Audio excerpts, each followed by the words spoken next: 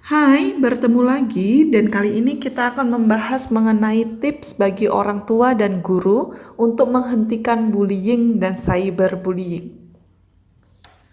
Anak-anak sering ragu atau takut untuk mengatakan kepada orang tua atau gurunya tentang kasus bullying dan cyberbullying yang didapatnya. Sebab mereka merasa malu karena menjadi korban. Pelaku bullying dan cyberbullying juga mahir menyembunyikan tindakannya dari orang tua atau orang dewasa di sekitarnya. Maka sebab itu, sangat penting sekali untuk mengenali ciri-ciri bullying dan cyberbullying.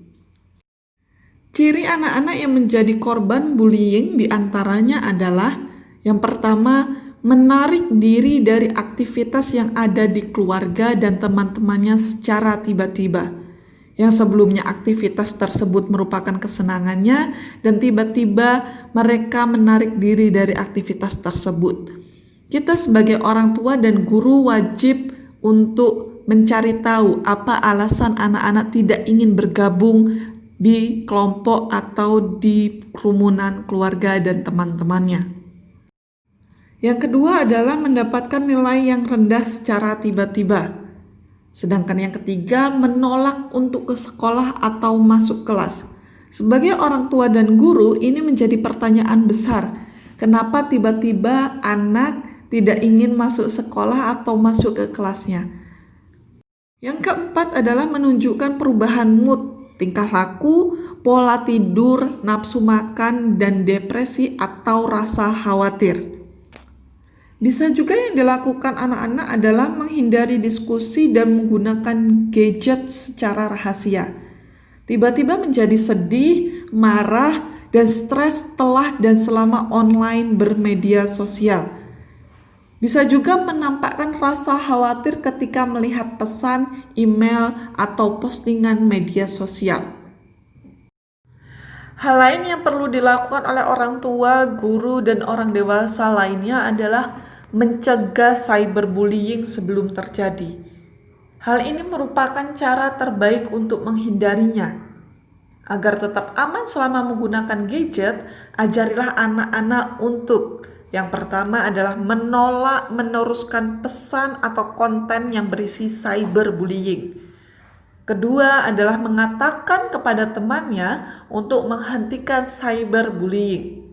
Yang ketiga, memblok komunikasi dengan pelaku cyberbullying dan menghapus pesan tersebut tanpa membacanya, sehingga anak-anak tidak akan terpengaruh oleh pesan yang diterima dari pelaku cyberbullying. Selanjutnya, jangan pernah mengepost atau membagikan informasi personal maupun informasi temanmu secara online. Kemudian jangan pernah membagikan password media sosial kecuali kepada orang tua. Selanjutnya, ajaklah anak untuk bercerita tentang kehidupan bermedia sosial. Jangan pernah memposting semua hal yang bersifat pribadi, terutama hal-hal yang tidak ingin diketahui oleh teman-temannya. Kemudian tidak mengirimkan pesan ketika mereka marah atau kecewa. Dan yang selanjutnya adalah ajari untuk selalu sopan ketika bermedia sosial. Orang tua juga harus memonitor penggunaan media sosial anak. Meskipun anak-anak tertentu tidak cukup menyukainya, misalnya dengan menggunakan aplikasi kontrol orang tua yang ada pada gadget anak, atau bahkan memfilter gadgetnya dengan cara memblok konten yang tidak pantas, sehingga aktivitas online anak dapat diawasi. Hal ini mungkin tidak akan disenangi oleh anak, tapi ini salah satu cara utama yang bisa orang tua lakukan agar bullying tidak terjadi. Yang kedua adalah batasi akses data pada gadget anak. Berusaha untuk tahu password sang anak dan belajar maksud dan makna singkatan yang digunakan anak-anak zaman sekarang di media sosial. Yang ketiga adalah mengetahui dengan siapa anak berkomunikasi online. Periksalah kontak media sosialnya bersama mereka. Tanyai siapa orang yang ada pada kontak tersebut dan bagaimana anak Anda mengenalnya. Dan dorong anak Anda untuk bercerita kepada orang tuanya jika menerima pesan yang mengancam atau menjadi target para pembuli. Berikan pengertian bahwa menjadi korban bullying bukanlah sesuatu yang hina atau sesuatu yang harus mereka sembunyikan.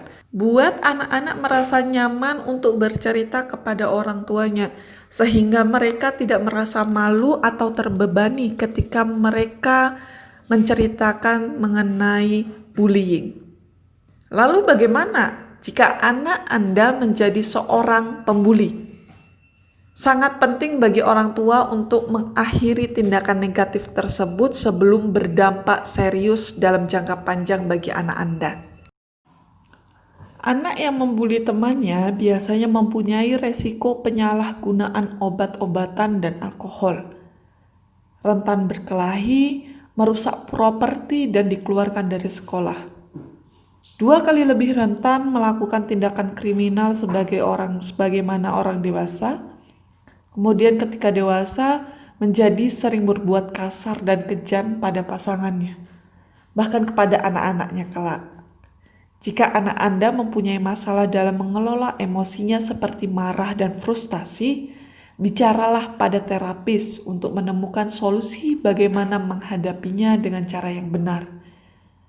Beberapa pelaku bullying belajar tingkah laku yang agresif dari pengalamannya di rumah, seperti meniru tindakan buruk orang tuanya. Misalnya memukul, menghina pasangan, dan tindakan lain.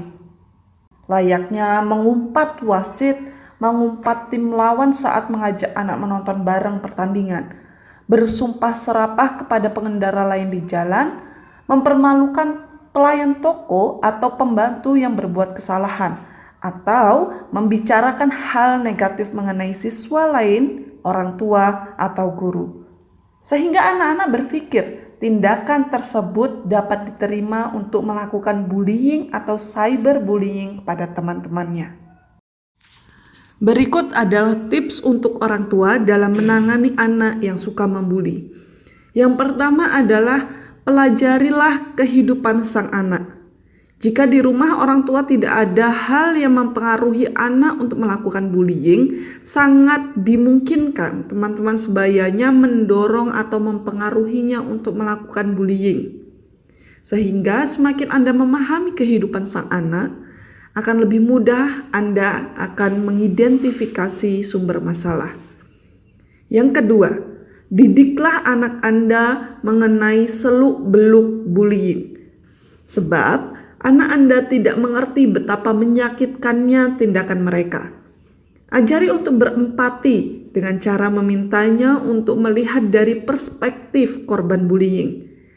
Ingatkan anak Anda bahwa bullying atau cyberbullying mempunyai konsekuensi hukum yang serius.